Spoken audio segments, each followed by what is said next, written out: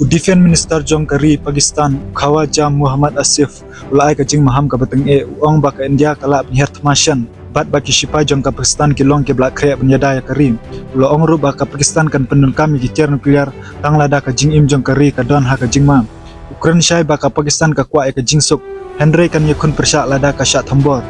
jing kenat hapneng ke India bat Pakistan kan nang ki ustad bahang kita ki artli kiri kila kentan syuk ya ki sipai bat ya ki terele hajan ulan of control ka badai ka jaka ka put ha Kashmir lo ong ru bak kiri kum ke China Saudi Arabia bat kiwei di persang man penjam ya ki bat ban khanglat ya ka thma benjang bun ki bre ka leng ka pertai mentai ki snyo pia ka jinglong jiman kala benlong ka bama shibun हमारे आर्सेनल में या हमारी जो भी कैपेबिलिटीज़ हैं वो सारी की सारी अगर खुदा न खास्ता हमारा एग्जिस्टेंस को थ्रेट होती है वो इस्तेमाल होंगे न्यूक्लियर शामिल बिल्कुल नहीं देखें अगर हमें वो obviously if they threaten us with nuclear attack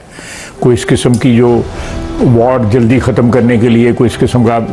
करते हैं तो देन अनफॉर्चुनेटली जो है लेकिन हमारे पास कोई ऑप्शन नहीं होगी